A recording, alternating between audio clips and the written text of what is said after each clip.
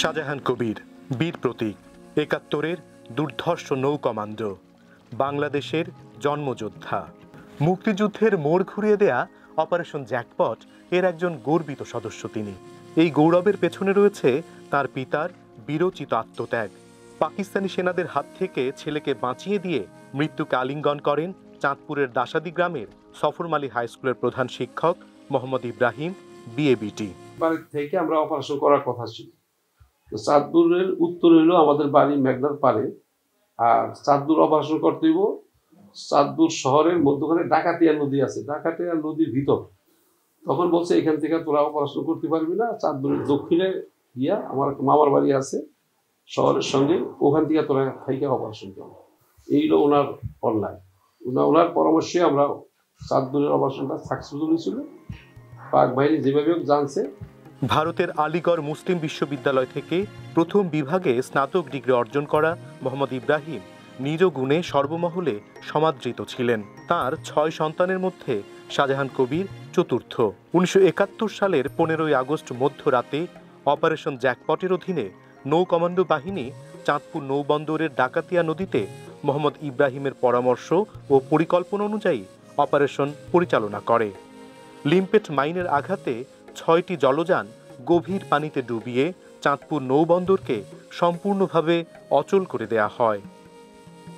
Operation সফলভাবে সম্পন্ন করে দাসাদি গ্রামে নিজ বাড়িতে ফিরে বিশ্রাম নিচ্ছিলেন শাহজাহান কবির। ১৭ই আগস্ট বেলা ১১টার দিকে পাকিস্তানি সেনারা বাড়িতে হামলা চালায়। আমি ছিলাম আমাদের ভিন্ন একটা ঘরে ঘুমাইতেছি। আমরা আবার অপারেশন ইন্ডিয়া থেকে রওনা দিছি, ঠিক মতো ঘুমাইতে পারিনি, টেনশনে ছিলাম। তো আমি বইলা রাখছি কোনো বিপদ আপদ আসলে আমাকে জায়গায়। তো পাকিস্তান আর্মি গুলি গালাজ হচ্ছে, আমি কিছুই টের পাইনি, ঘর অন্ধকার, আমি ঘুমাইছি। তো দরজাটা লাথি মেরা পাকিস্তান আর্মি ভাইঙ্গা ভিতরে ঢুকছে।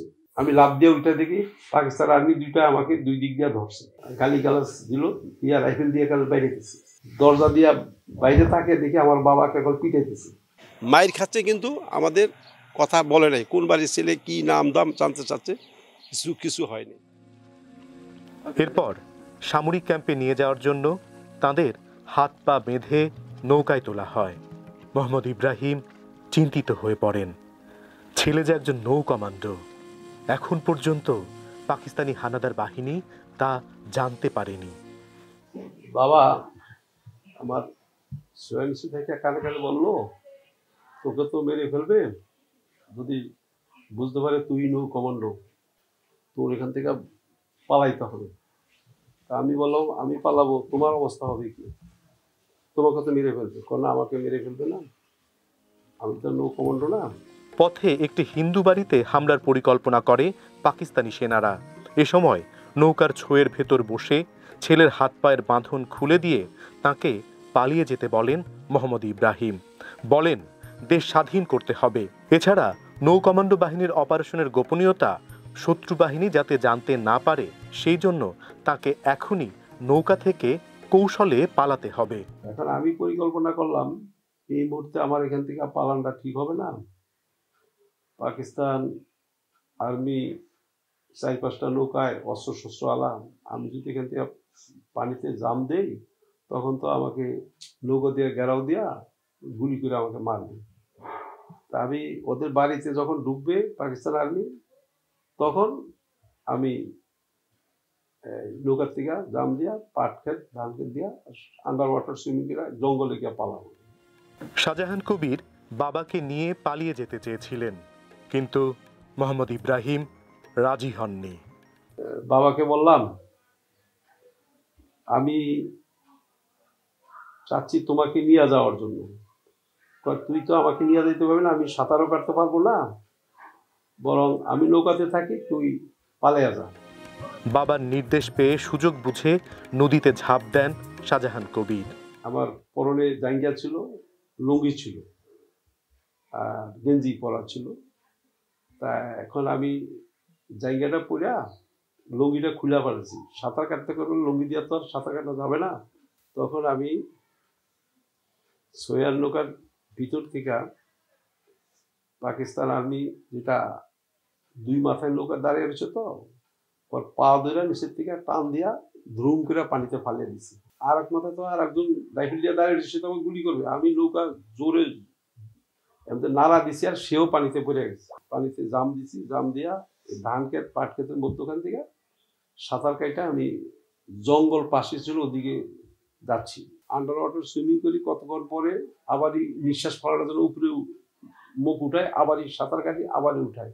আর in the meantime Pakistan army সব আইসা আমার পাট ক্ষেত ধান ক্ষেত লক্ষ্য করে গুলি করতেছে আন্দাজে, এটা তো বুঝতেছে না।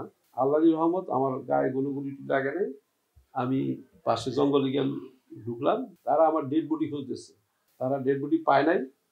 তখন বললো তো এত জীবিত আছে, দ্রুত আমার বাবাকে বললো আপনি আপনার ছেলের বান খুলে দিছেন, কেন খুলছেন? এই কইয়া ওনাকে রাইফেল দিয়ে এত বাইরে মারছে, এসব রক্তাক্ত করছে। শাহজাহান কবির পালিয়ে যাওয়ার পর পাকিস্তানি সেনারা ক্ষিপ্ত হয়ে মোহাম্মদ ইব্রাহিমকে নির্মমভাবে গুলি করে হত্যা করে। ওনাকে বলে ব্রিটিশ সাহেব আপনি নৌকার থেকে চলে যান, মানে রাস্তা আছে, রাস্তার ভিতর রয়েছে, উনি নৌকার থেকে এক পাও রাস্তার দিকে দিছে আর পিছন দিয়া আরো গুলি করে মেরা ফেলেছে। দূর থেকে পিতার মৃত্যুর সেই দৃশ্য অসহায়ের মতো দেখতে হয় পুত্রকে। প্রায় 200-250 গজ দূরে সেখান থেকে দেখলাম আমার বাবাকে পিটিয়া মারতেছে এবং গুলি করে মারতেছে। এই ঘটনা জীবন সায়াহ্নে দাঁড়ানো শাহজাহান কবিরকে আজও কাঁদায়। আমার জন্য আমার বাবা শহীদ হচ্ছে সেদিনকে, আর এখনো মাঝে মাঝে আমাকে এটা পীড়া দেয়। আমার জন্য আমার বাবা মারা গেছে, আমাকে যদি না ছুটাইতো হয়তো ওনাকে সাধ্য নিয়ে কেউ মারতো না। উনি সম্মানিত ব্যক্তি, স্কুলের হেডমাস্টার, এমনি এত কিছু হইতো না।